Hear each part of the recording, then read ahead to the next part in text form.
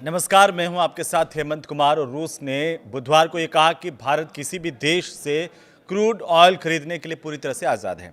रूस के प्रवक्ता दिमित्री पेस्कोव ने यह बताया कि रूस कभी भी भारत का एकमात्र एनर्जी पार्टनर नहीं रहा है। अगर भारत तेल की खरीद किसी और देश से करता है तो इसे गलत नहीं माना जाना चाहिए, क्योंकि भारत में लगातार अमेरिका और भारत की ट्रेड डील को लेकर के भी सवाल खड़े हो रहे थे और इस तरह की चर्चाएं लगातार हो रही थी कि भारत जो है वो रूस से तेल नहीं खरीदेगा। इस पर आखिरकार सच्चाई क्या है, आज के इस वीडियो में इसी पर हम बात करेंगे। दरअसल पेस्कोव की तरफ से प्रेस कॉन्फ्रेंस की गई और इसमें यह कहा गया कि भारत रूस से तेल खरीदना बंद कर रहा है। इस तरह की कोई ऑफिशियल जानकारी भारत की तरफ से रूस को नहीं दी गई है।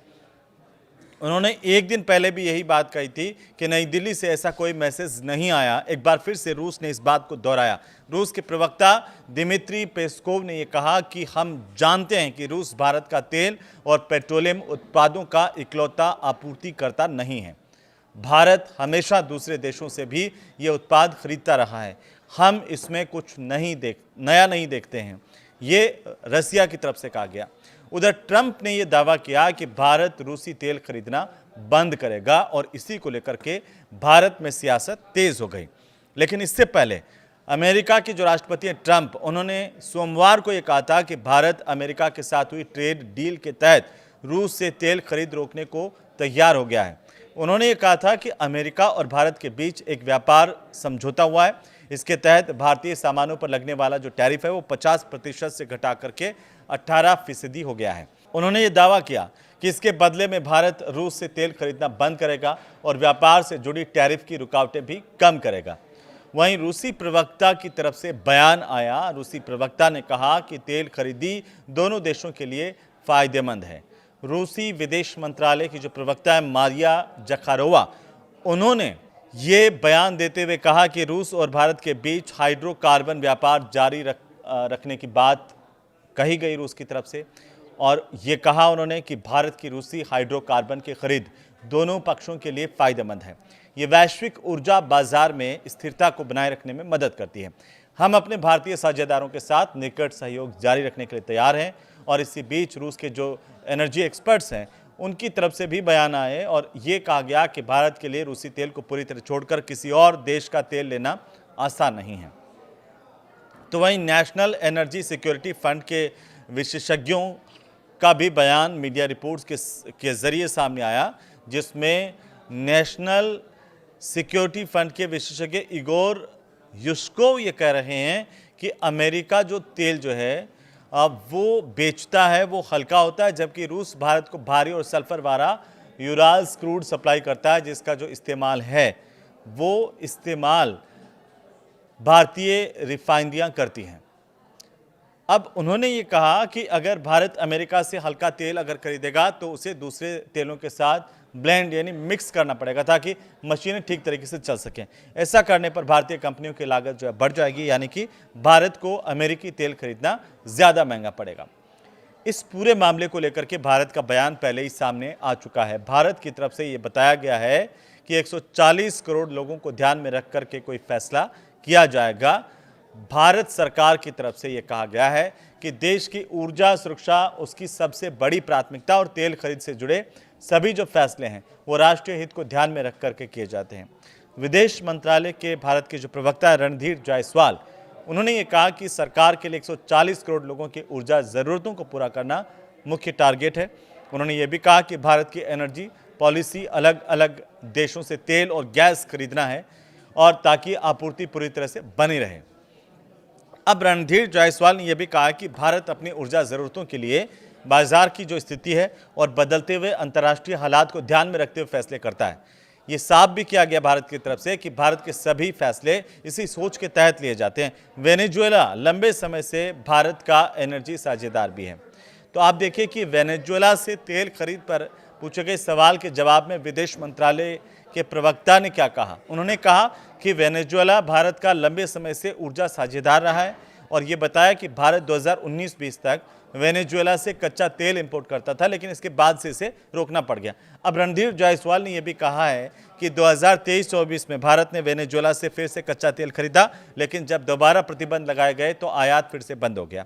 उन्होंने ये बताया कि भारतीय पब्लिक सेक्टर की कंपनियां 2008 से वेनेजुएला की राष्ट्रीय तेल कंपनी PDVSA के साथ साझेदारी में काम कर रही हैं। यहां पर उनकी मौजूदगी बनी हुई है। साथ ही भारत की तरफ से ये भी बताया गया है कि भारत की नीति है वो साफ है और देश वेनेजुएला या किसी अन्य देश से तेल खरीदने के लिए वो तैयार है, बशर्ते कि व्यावसायिक रूप से फायदेमंद हो, भारत की जनता के हित में हो। भारत अलग अलग क्षेत्रों से कच्चे तेल की उपलब्धता का आकलन जो है वो करता रहा है। मीडिया रिपोर्ट्स कहती हैं कि एक्सपर्ट्स इस पूरे मामले को लेकर क्या कह रहे हैं। एक्सपर्ट्स ये कह रहे हैं कि रूस जितना तेल सप्लाई करना अमेरिका के लिए फिलहाल मुश्किल है, क्योंकि रूस से हम बड़ी मात्रा में तेल लेते आ रहे हैं। एनर्जी एक्सपर्ट्स ये बताते हैं कि रूस जो है भारत को रोजाना 1.5 से लेकर के 2 मिलियन बैरल तक तेल भेजता है। ये बहुत बड़ी मात्रा है तेल की जो हम रसिया से खरीदते हैं। अब अमेरिका इतनी बड़ी मात्रा में तेल आसानी से भारत को सप्लाई नहीं कर सकता है। अमेरिका के पास इतनी क्षमता या फिर तैयार सप्लाई चेन नहीं है जो इतनी और इतने बड़े वॉल्यूम से मैच कर पाए। अगर भारत अचानक रूसी तेल खरीदना पूरी तरह बंद कर दें या अमेरिका या किसी और से तेल लेने की कोशिश करे तो अमेरिका के लिए इतना ज़्यादा तेल उपलब्ध करा पाना मुश्किल होगा, ये कहा गया है। इससे भारत को तेल की कमी हो सकती है, कीमतें बढ़ सकती है। आप इसे जानिए कि अगर रूस का तेल बंद हुआ तो अंतर्राष्ट्रीय बाजार में जो विशेषज्ञ हैं वो ये कह रहे हैं कि कीमतें भारत में बढ़ेगी। यानी कि हम अगर विशेषज्ञों की बात करें तो विशेषज्ञों की तरफ से ये बताया गया कि भारत का रूसी तेल खरीदना कोई एक झटके में होने वाला काम नहीं है। ट्रंप जो है वो ये दिखाना चाहते हैं कि उनकी वजह से भारत रूसी तेल छोड़ देगा, लेकिन हकीकत इतनी ज़्यादा सरल भी नहीं है। और आपको बताएं कि जो विशेषज्ञ हैं वो ये मानते हैं कि 2022 में जब रूस ने यूक्रेन पर हमला किया तो पश्चिमी देशों ने रूसी तेल खरीदना कम कर दिया था या बंद कर दिया था। रूस ने अपने तेल को यूरोप, अमेरिका से हटाकर भारत जैसे देशों की तरफ मोड़ दिया और इस दौरान रूस ने अपना तेल जो उत्पादन है वो लगभग 10 लाख बैरल प्रतिदिन, यानी कि आप इसे ऐसे समझिए 1 मिलियन बैरल प्रतिदिन कम कर दिया। और इस वजह से वैश्विक स्तर पर तेल की सप्लाई में काफ़ी कमी आई है। तेल की मांग ज़्यादा और सप्लाई कम होने से दुनिया भर में क्रूड ऑयल की जो कीमतें हैं वो $120 प्रति बैरल तक पहुंची और इससे अमेरिका में पेट्रोल और डीजल की कीमतें रिकॉर्ड ऊंचाई पर पहुंच गई, जिससे यहां पर आम लोगों को तेल बहुत महंगा पड़ा। यूक्रेन की जंग शुरू हुई और उसके बाद रूसी तेल की खरीद और बढ़ गई। फरवरी 2022 में रूस ने यूक्रेन पर सैन्य हमला किया था, वो आपको याद है। इसके बाद दोनों देशों के बीच में युद्ध शुरू हुआ जो अब तक लगातार जारी, और इस युद्ध की वजह से रूस पर अमेरिका और यूरोपीय देशों ने कड़े आर्थिक प्रतिबंध लगा दिए, खासकर उसके तेल और गैस सेक्टर को लेकर के। इन प्रतिबंधों की वजह से रूस को अपना कच्चा तेल जो है वो सस्ते दामों पर बेचने के लिए खरीदार ढूंढने पड़े। इस दौरान भारत ने रूस से रियायती दरों पर तेल खरीदना शुरू किया था। ये जो तेल खरीद की कहानी है वो आप इसे समझ सकते हैं कि वित्तीय साल 2024-25 की अगर हम बात करें तो यहाँ पर भारत और रूस का द्विपक्षीय जो व्यापार है वो बढ़कर हो गया था 68.7 अरब डॉलर तक पहुंच गया था। लेकिन इसमें बड़ा एक हिस्सा है वो कच्चे तेल का था। अमेरिका ने अकेले 52.73 अरब डॉलर का कच्चा तेल रूस से खरीदा था। आप ये भी जानिए।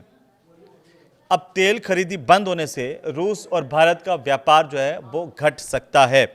एक बड़ा हिस्सा दोनों देशों के बीच में व्यापार में तेल का है। भारत अगर रूसी तेल का आयात पूरी तरह से बंद कर देता है तो भारत और रूस का कुल द्विपक्षीय जो व्यापार है वो घट करके 20 अरब डॉलर से भी नीचे आ सकता है। इस तरह का अंतर्राष्ट्रीय बाजार का आंकलन है। भारत के पेट्रोलियम मंत्री हरदीप सिंह पुरी ने पिछले महीने एक बयान दिया था। उन्होंने ये बताया कि रूस से कच्चे तेल के आयातों में आगे भी गिरावट आने की संभावना है। हरदीप सिंह पुरी ने ब्लूमबर्ग को दिए गए एक इंटरव्यू में कहा था कि रूस से तेल खरीद में आई कमी की वजह किसी राजनीतिक या फिर विदेशी दबाव की वजह से नहीं है, बल्कि बाजार की परिस्थितियों का नतीजा है। हो सकता है कि भारत में अब इस पूरे मामले को लेकर के सियासत और राजनीति आप देख रहे हैं कि आरोप प्रत्यारोपों का सिलसिला शुरू हो गया कि अमेरिका के दबाव में भारत ने रूस से तेल खरीद लेना कम कर दिया है। ऐसा नहीं है। हरदीप सिंह पुरी ने कहा था कि भारत अब तेल आपूर्ति के लिए किसी एक देश पर निर्भर नहीं रहना चाहता और इसी वजह से अलग अलग देशों से तेल खरीदकर आपूर्ति के स्रोतों में विविधता लाई जा रही है। हालांकि हरदीप सिंह पुरी जो कि मिनिस्टर हैं, उन्होंने रूसी तेल आयात में कटौती को लेकर किसी अमेरिका के दबाव का जिक्र नहीं किया, लेकिन ट्रंप खुले तौर पर यह दावा करते आ रहे हैं कि उन्होंने भारत को रूस से तेल खरीदने से रोक दिया है। और इसी से राजनीति यहाँ पर शुरू हुई। भारत रूसी तेल का तीसरा सबसे बड़ा खरीदार है, आप ये जानेंगे। दिसंबर 2025 की अगर हम बात करें तो भारत रूस से तेल खरीदने में तीसरे नंबर पर आ गया है। तुर्की जो है वो दुनिया में दूसरा सबसे बड़ा खरीदार रूस से तेल का बन गया है। तुर्की का अगर हम आंकलन करें तो 2.6 बिलियन यूरो का तेल तुर्की की तरफ से 2025 में खरीदा गया। भारत ने दिसंबर में रूस से 2.3 बिलियन यूरो यानी कि लगभग 23,000 करोड़ रुपए का तेल खरीदा है। नवंबर की बात करें तो यहां पर भारत ने 3.3 बिलियन यूरो यानी कि करीब 34,700 करोड़ रुपए का तेल रूस से खरीदा था। लेकिन अभी फिलहाल जो राजनीति है वो इसी एक पक्ष को लेकर के केंद्रित है कि आखिरकार क्या भारत ने अमेरिका के दबाव में यह फैसला किया। तो अब ये साफ है कि यह फैसला किसी दूसरे देश के दबाव में नहीं है, बल्कि भारत अब जो आयात करने वाला तेल है उसके लिए अपना अलग अलग दूसरे देशों को भी खोज रहा है ताकि एक देश पर हमारी निर्भरता नहीं रहे। रूस ने भी इस बात को माना है कि भारत की जो पेट्रोलियम की और ये तेल की जो क्रूड ऑयल की आपूर्ति है वो रूस से ही पूरी तरह से नहीं है, अलग अलग देशों से पहले भी भारत खरीदता रहा है। अब इसमें बाजार के हिसाब से जो है वो परिवर्तन लगातार आ रहे हैं। आपको ये वीडियो कैसा लगा हमें ज़रूर बताइए और इसे शेयर कीजिए, लाइक कीजिए। नमस्कार।